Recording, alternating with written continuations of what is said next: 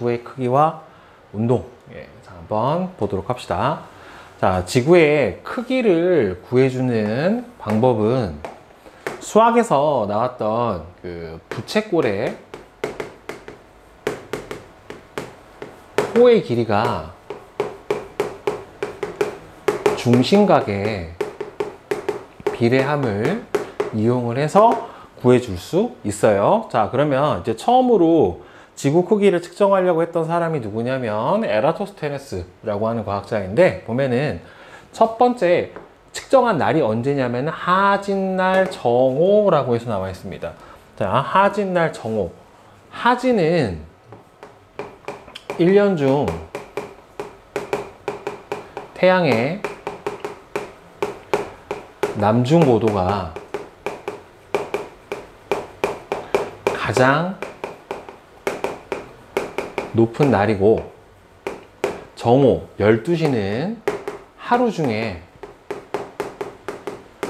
태양의 남중 고도가 가장 높은 때예요. 그러니까 1년 중에 가장 태양의 남중 고도가 가장 높은 그날을 딱 골라서 측정을 한 겁니다. 왜 이 하진날 정오에 측정을 했냐면, 최대한 태양빛이 지구에 직선으로 들어오게끔 해주기 위해서 하진날 정오에 측정을 해준 거고요. 그래서 알렉산드리아에서는 그림자가 생기지만 시에네에서는 그림자가 생기지 않는다라는 사실을 이용을 했다. 즉, 지구가 이렇게 구형이면 태양이 여기서 엄청 지구보다는 태양의 크기가 크단 말이에요. 그러면 태양빛은 지구에 이렇게 평행하게 입사를 하게 될 거고, 따라서 이렇게 평행하게 들어오다 보면은 지구가 둥글기 때문에 위도별로 태양하고 지표면이 이루는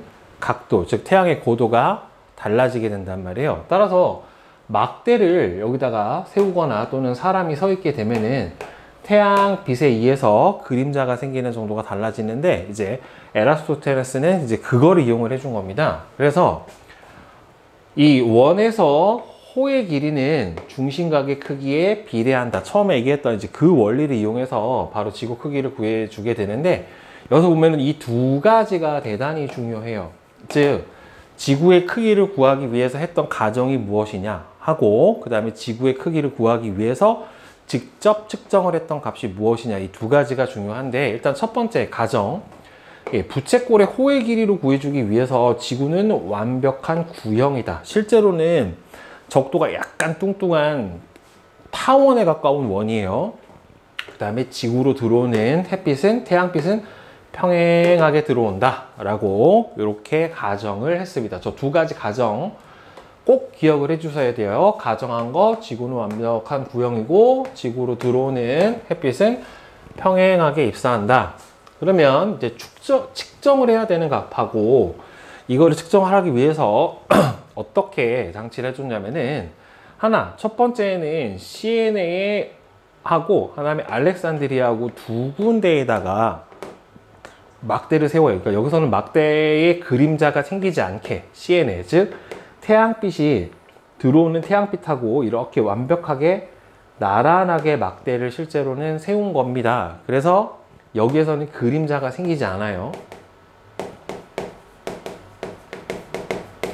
그림자가 생기지 않고, 그 다음에 알렉산드리아에서 이렇게 지표면에 막대를 수직으로 세우게 되면은 햇빛이 들어오면서 여기 뭐가 생기냐면 이렇게 그림자가 생긴단 말이에요. 이런 식으로. 그러면 이 막대 끝과 그림자 끝이 햇빛하고 이렇게 평행하게 만난다라고 가정을 해보면 여기 뭐가 생깁니까? 하나의 각도가 생긴다란 말이에요. 그러면 평행한 이 직선이 이렇게 있게 되고, 그 다음에 하나는 지구 중심을 지나고 하나는 지구 중심하고 평행하겠죠? 그 다음에 여기다가 이렇게 대각선 하나 그어주면은 이 각도하고 이 각도는 서로 억각 관계로 각의 크기가 같게 돼요. 그러니까 실제로 여기서는 시에네와 알렉산드리아 사이에 뭐가 되냐면은 이 각도는 두 지점의 위도 차이에 해당이 됩니다. 위도차.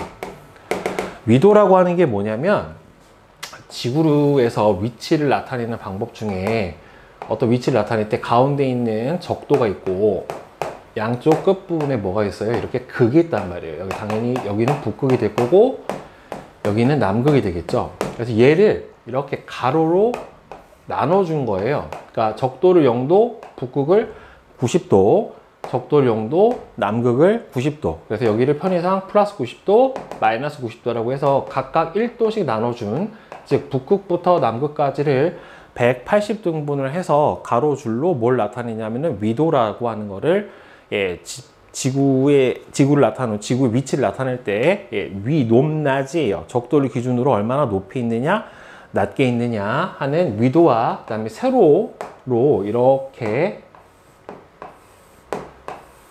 동서 방향으로 어느 쪽에 있느냐를 나타내는 경도라고 하는 두 가지 값이 있는데, 여기서 요 각도는 이 알렉산드리아하고 시에네 사이의 위도 차이에 해당하는 그 각도하고 같게 됩니다.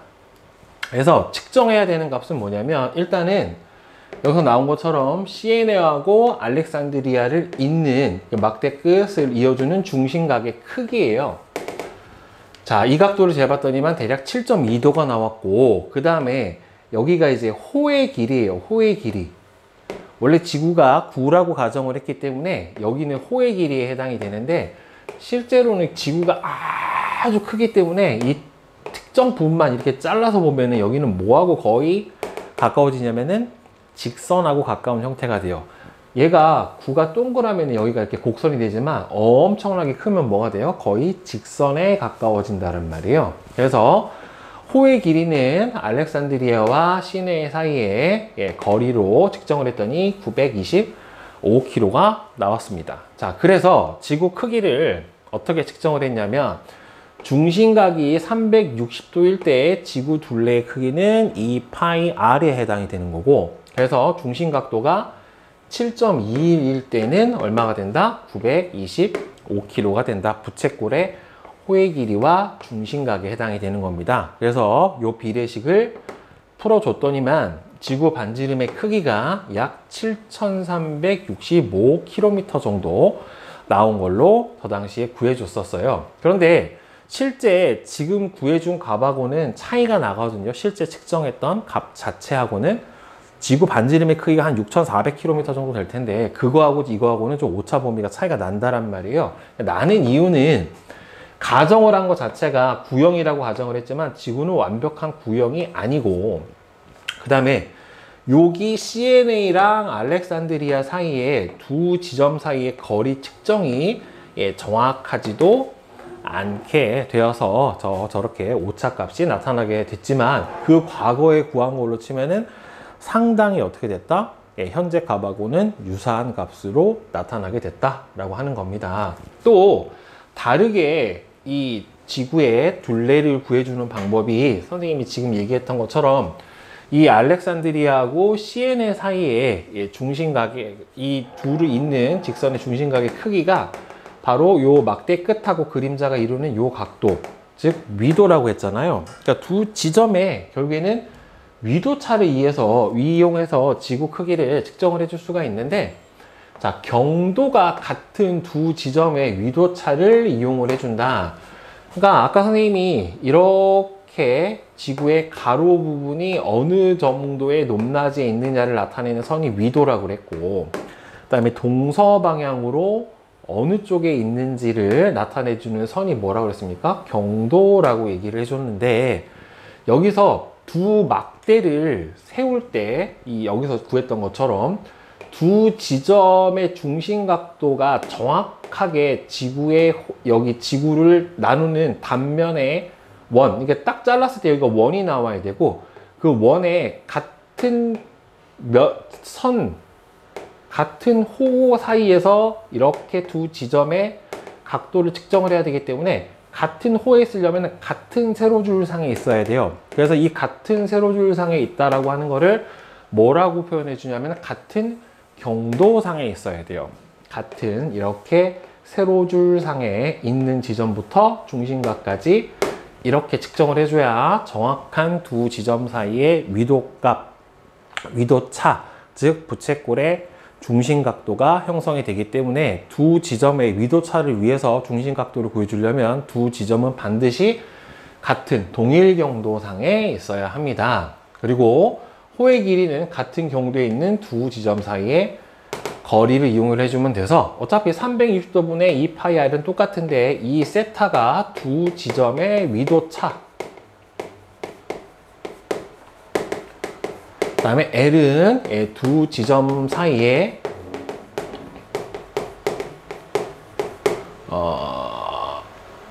직선거리, 이렇게 되겠죠. 그래서 지구 반지름을 이렇게 정리를 해 줄 수가 있습니다. 그래서 부채꼴의 호의 길이가 중심각의 크기에 비례한다라고 하는 사실을 이용을 해서 바로 뭘 구해줄 수가 있다? 지구의 반지름의 크기를 구해줄 수가 있게 됩니다. 자, 그러면 이제 지구의 크기를 구해봤으니까 지구의 운동에 대해서 한번 알아봅시다. 지구는 태양계에 속해서 태양 중심을 1년에 한 바퀴 도는 공전과 스스로 한 바퀴, 자전축을 중심으로 해서 스스로 한 바퀴를 도는 자전이라고 하는 운동을 해주게 되는데, 먼저 자전을 보게 되면은 지구가 자전축을 중심으로 하루에 한 바퀴, 즉 360도 서에서 동으로 회전하는 운동이 바로 자전에 해당이 됩니다. 그래서 태양계에 있는 대부분의 행성들이 서에서 동으로 자전을 하게 되는데, 이제 금성 같은 경우는 특이하게 반대로 동에서 서로 자전을 하기도 하지만 지구를 포함한 대부분의 행성들은 서에서 동으로 자전을 해주게 돼요. 그러면 이 자전축이라고 하는 건 뭐냐면, 지구가 이렇게 있었을 때, 그러니까 적도고요. 자, 여기 지구의 지리상의 북극점이 있을 거고, 그 다음에 북극점의 정반대편, 정확하게 반대편에는 뭐가 있냐면은 남극점이 있다는 말이에요. 이렇게 이 북극점하고 남극점을 쭉 이어준 요 선, 관통하는 하나의 축이 생깁니다. 이게 바로 자전축이에요. 팽이처럼 여기 축을 중심으로 해서 지구가 이렇게 서에서 동으로 반시계 방향으로 자전을 해주게 돼요. 그리고 지구의 자전과 그 다음에 지구 바깥에 있는 천체들의 운동을 설명하고 우리가 이해하기 위해서는 가상의 하나의 공간인 천구라고 하는 개념을 이해를 해야 되는데, 이게 뭐냐면 지구가 이렇게 있었을 때 지구의 위도 0도인 적도, 그리고 북극점하고 남극점을 이어준 뭐가 있습니까? 자전축, 이렇게 있는데 이 부분을 무한히 늘려주는 거예요. 적도선을 양쪽으로 쭉 늘리고, 그 다음에는 자전축도 쭉 늘려서 무한히 늘린 다음에 지구와 공률은 똑같게 지구를 뻥치기 해서 큰 공간을 하나 그려줄 수가 있게 되는데, 이거를 뭐라고 하냐면은 천구라고 합니다. 그러니까 천구는 크기가 정확하게 얼마다라고 하는 건 없어요. 우리가 지구를 둘러싸고 있는 공간이 요만하게 봐도 천구고, 이만하게 봐도 천구고, 이만하게 봐도 천구란 말이에요. 그러니까 천구의 크기는 실제로 어떻다? 무한하다. 대신에 지구의 적도와 북극점, 남극점을 쭉 이어가지고 만들어준 가상의 공간이기 때문에 같은 거리에서 그냥 사이즈가 우리가 관찰하고 싶은 별 또는 천체까지 쭉 늘려주기만 하면은 그게 바로 천구가 되는 거예요. 그래서 천구에서는 뭐만 확인해 주면 되냐면 천구의 적도, 그 다음에는 천구의 북극, 그 다음에 천구의 남극, 이렇게 세 가지 점은 지구를 기준으로 해서 쭉 늘려놓은 값이기 때문에 저 부분은 변하지가 않아요. 그래서 천구의 북극, 천구의 남극, 그 다음에 천구의 적도, 이 세 가지는요 뭘 기준으로 했다? 지구를 기준으로 했어요.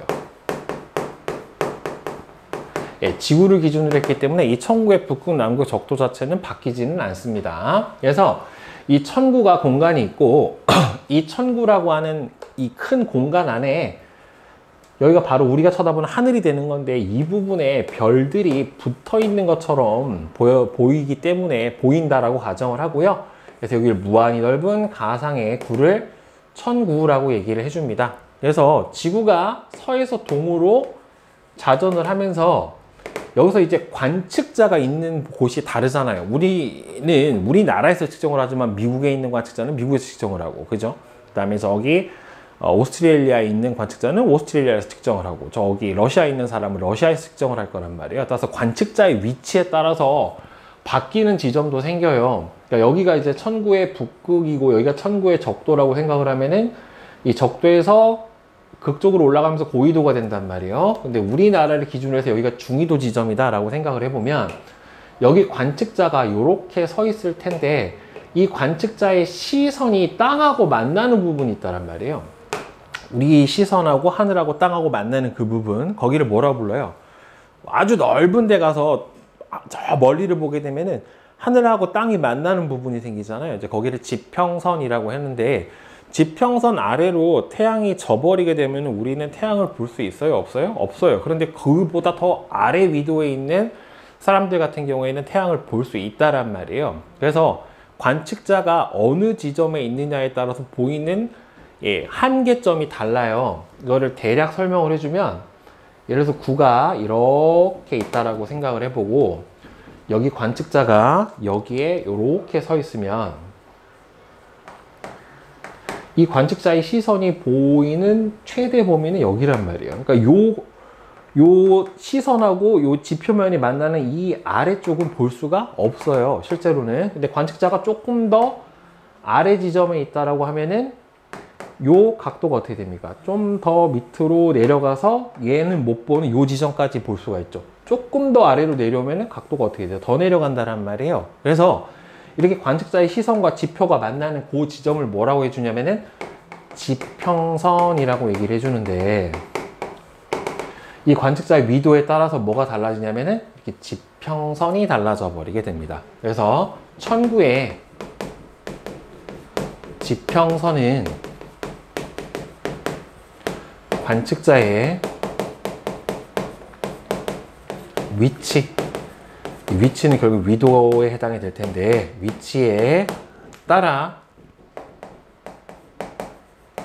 달라져요. 그러니까 여기 있는 사람은 지평선이 여기 되겠지만 여기 극 근처에 있는 사람은 거의 적도가 지평선에 해당이 될 거고, 또 남반구에 있는 사람은 지평선이 이 위쪽으로 나타나게 될 거란 말이죠. 그래서 관측자의 위치에 따라 천구의 지평선 값은 달라지고, 그 지평선이 달라지게 되니까 관측할 수 있는 천체의 종류도 달라지게 됩니다. 그래서 다시 천구로 돌아와서, 그러니까 천구에 이렇게 별들이 붙어 있다라고 실제로는 가정을 하는 거예요. 왜냐하면 별이 너무나도 막 몇만 광년, 몇십만 광년이 떨어져 있고, 이 별들의 움직임은 굉장히 적기 때문에 지구 관측자에서는 천구에 있는 천체들이 지구 자전하고 반대 방향으로 움직이는 것처럼 보인다. 왜 반대 방향이냐면 얘네는 거의 정지해 있단 말이에요. 별들이 정지해 있는 상태에서 관측자가 이렇게 돌아버리면, 그러니까 여기 있는 관측자가 여기서 여기로 와 버리면 실제로는 요 별을 지구 관측자가 이렇게 보고 있었단 말이에요. 근데 지구 관측자가 지구 자전 때문에 요 위치로 오게 되면은, 그러니까 우리가 봤었을 때는 이 별이 어디다가 어떻게 보여요? 이렇게 뒤로 가 있는 것처럼 이렇게 보인단 말이에요. 그래서 우리는 앞으로 왔지만은 이 별은 뒤로 가는 것처럼 보이기 때문에 실제로 지구 자전을 하게 되면은 지구 자전 방향하고 하늘에 있는 천체가 반대로 움직이는 것처럼 관측이 돼요. 그러니까 실제로 반대로 움직이는 게 아니라 지구가 자전을 하고 있기 때문에 하늘에 있는 천체는 너무 거의 정지 상태나 가까워서 반대 방향으로 움직이는 것처럼 보여요. 그러니까 뭐 이거는 약간 상대적인 거다라고 생각을 해주면 조금 더 이해가 쉬울 것 같아요. 그러니까 왜 가끔 그럴 때 있잖아요. 지하철에 이렇게 타고 있을 때 마주보고 이렇게 있었을 때 우리가 출발을 하지만 우리가 가만히 있다라고 생각을 해보면 앞에서 있든 아직 출발 안 한 지하철, 반대편 지하철이 왼쪽으로 반대편으로 뒤로 가는 것처럼 보이잖아요. 이제 그런 개념으로 우리가 서에서 동으로 갔지만 보고 있는 별들이 동에 우리가 정지해 있다라 우리가 움직이는 걸 느끼질 못하니까 반대로 동에서 서로 가는 것처럼 관측이 되는 그런 현상이 보이게 되고, 그게 이제 눈으로 보는 운동이다. 실제 운동이 아니라 그래서 뭐라고 표현해 주냐면 시운동이다 라고 표현을 해줘요. 그래서 실제로 지구가 돌고 있지만 우리는 지구가 돈다라고 잘 못 느끼기 때문에 하늘에 있는 천체들이 반대 방향으로 움직인다 라고 보이게 됩니다. 그래서 다시 돌아와서 지구 자전을 보게 되면은 지구가 자전축을 중심으로 하루에 한 바퀴 360도씩 서에서 동으로 스스로 회전하는 운동이 자전에 해당이 되고요. 자전 방향은 서에서 동 반시계 방향에 해당이 됩니다.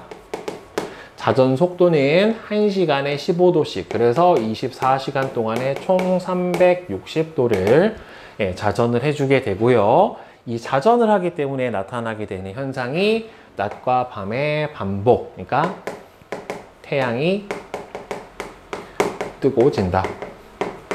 왜 그러냐면은 태양 쪽을 보다가 우리 지구가 자전을 해서 반대 방향으로 가버리게 되면 태양을 등져버리게 되잖아요. 그럼 태양을 등지면 밤이 되는 거고, 태양을 마주 보면은 낮이 되는 겁니다. 그리고 천체들의 일주 운동. 자, 천체 일주 운동, 일주, 하루를 주기로 하는 운동. 이런 것들이 지구 자전 때문에 나타나게 되는 현상이다 라고 볼 수가 있어요. 자, 그러면 천체의 일주 운동이라고 하는 거는 태양, 달, 별과 같은 천체가 하루에 한 바퀴씩 원을 그리면서 천구를 따라 이동하는 것처럼 관측이 되는 운동이고, 이거는 실제 운동이 아니에요. 실제 운동이 절대 아니고 지구 자전 때문에 나타나는 겉보기 운동, 그러니까 눈으로 보는 운동이기 때문에 실제 운동이 아니라 시운동, 즉 겉보기 운동이다 라고 하는 겁니다. 그러니까 지구는 실제로 서에서 동으로 돌잖아요. 근데 태양은 안 돈단 말이에요.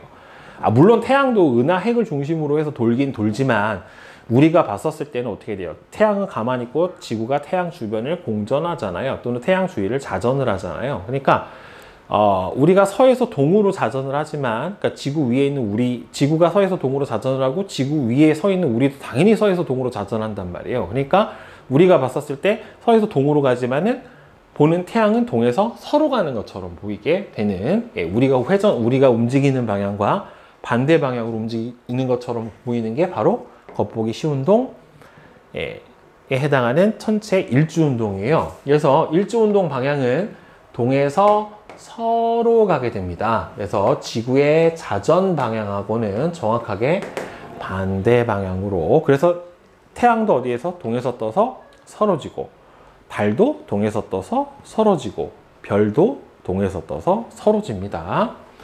일주운동 속도는 대신에 지구 자전 속도하고 똑같이 서에서 동에서 서로 15도씩 운동하는, 저걸 이제 물리학에서는 각속도라고 해요. 1시간당 15도씩 운동하는 속도로 운동을 해주게 됩니다. 그리고 천구에서 보면은 주극성이라고 하는데, 이 지구 자전축을 쭉 이어준 이 북극점에서 쭉 올라온 여기 지구 자전축의 북극점을 쭉 이어보면은 그 부분에 거의 움직이지 않는 별이 하나가 있는데, 여기가 바로 이제 폴라리스 북극성에 해당이 됩니다. 그러니까 북반구에 있는 모든 지역에서는 저 북극성을 다 관찰을 할 수가 있고요. 저 북극성의 방향이 정확한 북쪽 방향이다. 그래서 정북 방향이다. 그리고 자전축하고 어떻게 되어 있기 때문에 일직선상에 있기 때문에 북극성은 거의 움직이지 않아요. 거의 움직이지 않고 고정되어 있는 것처럼 볼 수가 있게 됩니다. 그리고 별의 일주운동 보면은 별도 마찬가지로 1시간당 15도씩 움직여요. 그리고 하루에 한 바퀴 동에서 떠서 서로 지는 운동을 하게 되는데, 오른쪽 그림은 2시간 간격으로 북쪽 하늘을 관찰을 했어요. 북쪽 하늘을 보게 되면은 여기가 지평선이고, 지평선 위쪽에 쭉 보다 보면은 우리나라 같은 중위도 지방에서 보면은 여기 별 하나가 보여요. 움직이지 않는. 얘가 바로 뭐에 해당이냐면은 북극성이고, 얘는 정확하게 북극점하고 연장선에 있기 때문에 이 주변에 있는 별들이 북극성을 중심으로 해서 이렇게 원을 그리면서 돌고 있는 거를 관측을 해 줄 수가 있어요. 그래서 오른쪽 그림은 2시간 간격으로 북쪽 하늘을 관찰을 했어요. 그러니까 여기가 북쪽이면 원래 사방이 나타낼 때 여기가 북, 아래가 남, 오른쪽이 동, 왼쪽이 서. 그래서 동서남북 이렇게 되잖아요. 그러니까 여기가 북쪽, 여기가 동쪽, 여기가 서쪽 이렇게 된단 말이죠. 그래서 보면은 2시간 간격으로 북쪽 하늘을 관찰했어요. 북두 칠성의 운동 방향은 여기서 보면은 시계 반대 방향으로 이렇게 돼요. 그러니까 북동에서 서로 이렇게 원을 그리면서 회전하는 형태로 보이기 때문에 반시계 방향으로 보게 되고요. 동에서 서로 일주 운동하는 별들은 북쪽 하늘에서 보면은 북극성을 중심으로 반시계 방향으로 원을 그리면서 회전을 하는 것처럼 보여요. 그러니까 여기에서 19시에서 여기 있던 북두 칠성이 21시가 되면은 2시간 차이가 나니까 여기 북극성을 기준으로 했었을 때 몇 도를 내려와요?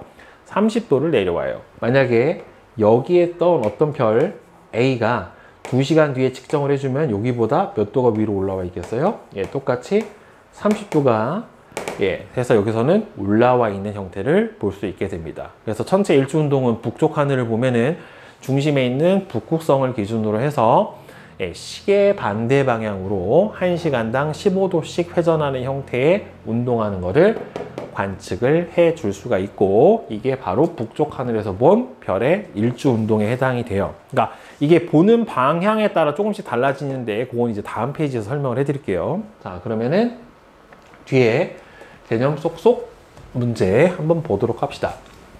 자, 오른쪽 그림은 에라토스테네스가 지구의 크기를 측정한 방법을 나타낸 겁니다.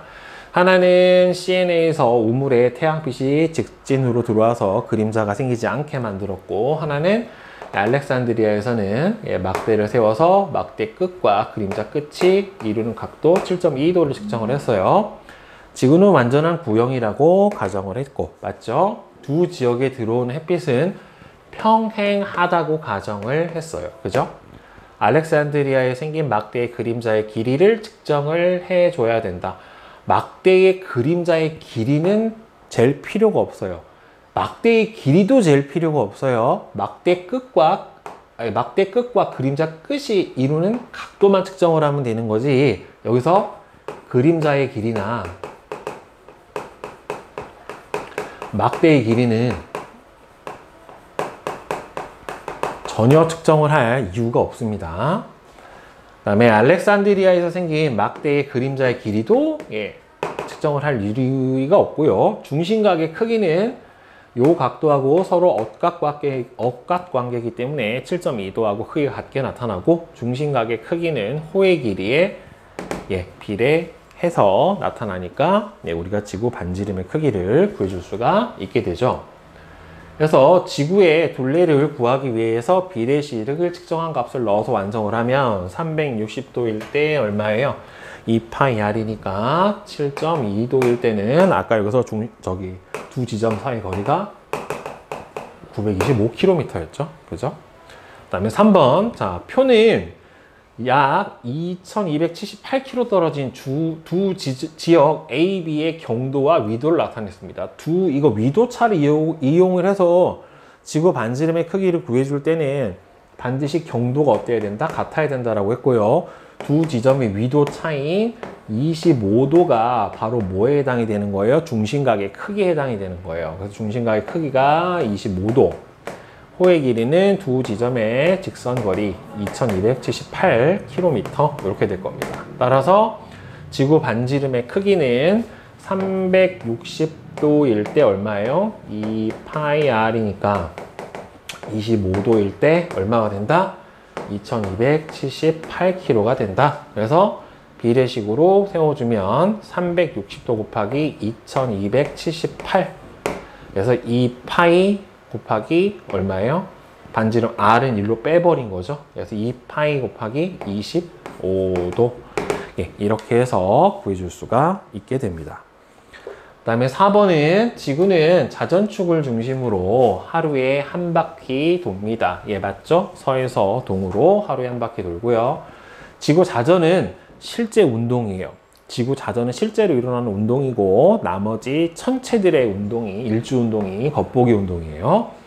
지구는 동에서 서가 아니라 서에서 동으로 자전을 해주고 별의 일주 운동은 지구의 자전에 의해서 나타난다. 맞고 하룻밤 동안 별자리를 관측하면 1시간에 1도가 아니라 지구 자전 속도와 같은 15도씩 이동을 해줍니다. 자, 오른쪽 그림은 어느 날 북두 칠성을 2시간 간격으로 사진기를 고정시켜 놓고 촬영을 했어요. 별 P 중심에 있는 P는 북극성입니다. 별들이 2시간 동안 이동한 각도는 30도에 해당이 되죠. 지금 북극성을 기준으로 얘 지금 어느 쪽에 있어요? 오른쪽에 있죠. 오른쪽이 동쪽이고 왼쪽에서 움직였으면 서쪽이니까 무슨 방향으로 가야 돼요? 반시계 방향으로 움직여줘야 된단 말이에요. 그러니까 A에서 B 방향으로 갔다라고 해줘야 되겠죠. 그죠?